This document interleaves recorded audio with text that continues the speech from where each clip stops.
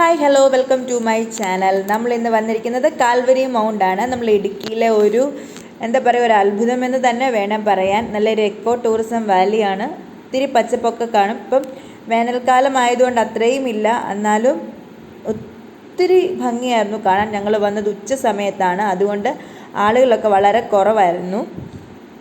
ഇവിടെ നമ്മളിങ്ങനെ അങ്ങ് ചെല്ലുമ്പോൾ ഇവിടെയൊക്കെ കുഞ്ഞുങ്ങളും വീട്ടുകാരും ഒക്കെ വന്നവരൊക്കെ ഇങ്ങനെ റെസ്റ്റ് ചെയ്യുന്നുണ്ട്. ഇനി ചെല്ലുമ്പോൾ നമ്മുടെ ഇല്ലിമുളം കാട്ടിൽ നമ്മുടെ ഒരു ചേച്ചി നമ്മുടെ എൻട്രി പാസ് വാങ്ങിക്കാൻ വേണ്ടിയിട്ട് അവിടെ ഇരിപ്പുണ്ട്. ചേച്ചിക്ക് ഞാൻ വീഡിയോ പിടിക്കുന്ന കണ്ടപ്പോൾ ഭയങ്കര നാണമായിപ്പോയി. ചേച്ചി ചിരിച്ചുകൊണ്ടത് കീറിയിട്ട് ഒരു ചമ്മലോടെ ഇരിക്കുകയാണ്.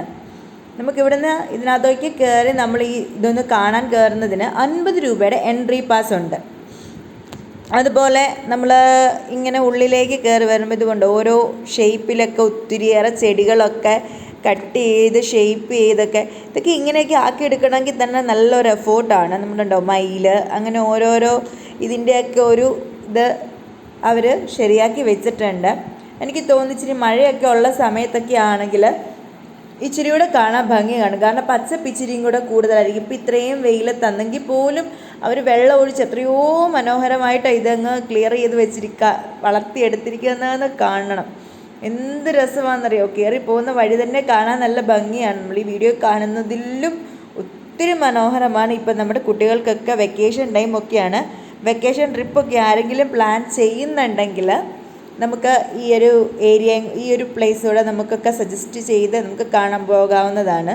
പിന്നെ ഈ ഏരിയ ഒക്കെ കാണാൻ പോവുകയാണെങ്കിൽ നിങ്ങൾ മാക്സിമം രാവിലെ ഒരു 6 മണി സമയത്തൊക്കെ കാണാൻ പോകാൻ വേണ്ടിയിട്ട് ശ്രദ്ധിക്കുക. ഇനിയിപ്പോൾ നമ്മുടെ മെയിൻ വ്യൂ പോയിൻറ്റിലേക്ക് എത്തിയിരിക്കുകയാണ്. ഇനിയിപ്പോൾ ഇവിടെ നിന്നാണ് നമ്മൾ ഒരു നമ്മുടെ കണ്ണിന് ഒത്തിരി സന്തോഷം തരുന്ന ഒരു കാഴ്ച.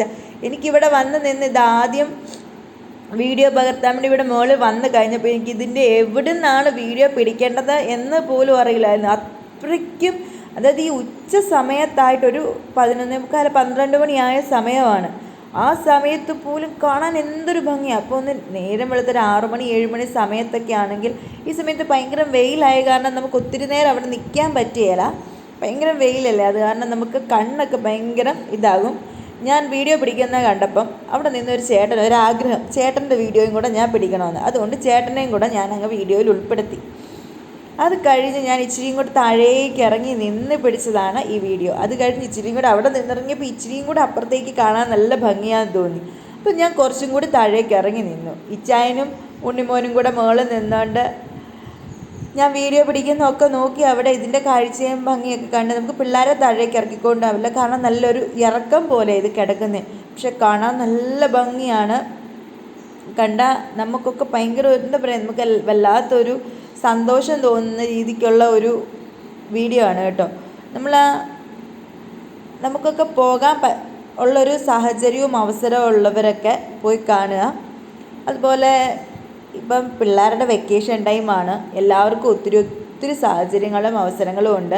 നമ്മുടെ പിള്ളേരെ കൊണ്ട് ടൂറൊക്കെ പ്ലാൻ ചെയ്യുന്നുണ്ടെങ്കിൽ ഇടുക്കിയൊക്കെ പോവുകയാണെങ്കിൽ ഇവിടെ ഒന്ന് പോവുക. 50 രൂപ എൻട്രി പാസ് മാത്രമേ ഉള്ളൂ, അതിൽ കൂടുതലൊന്നുമില്ല.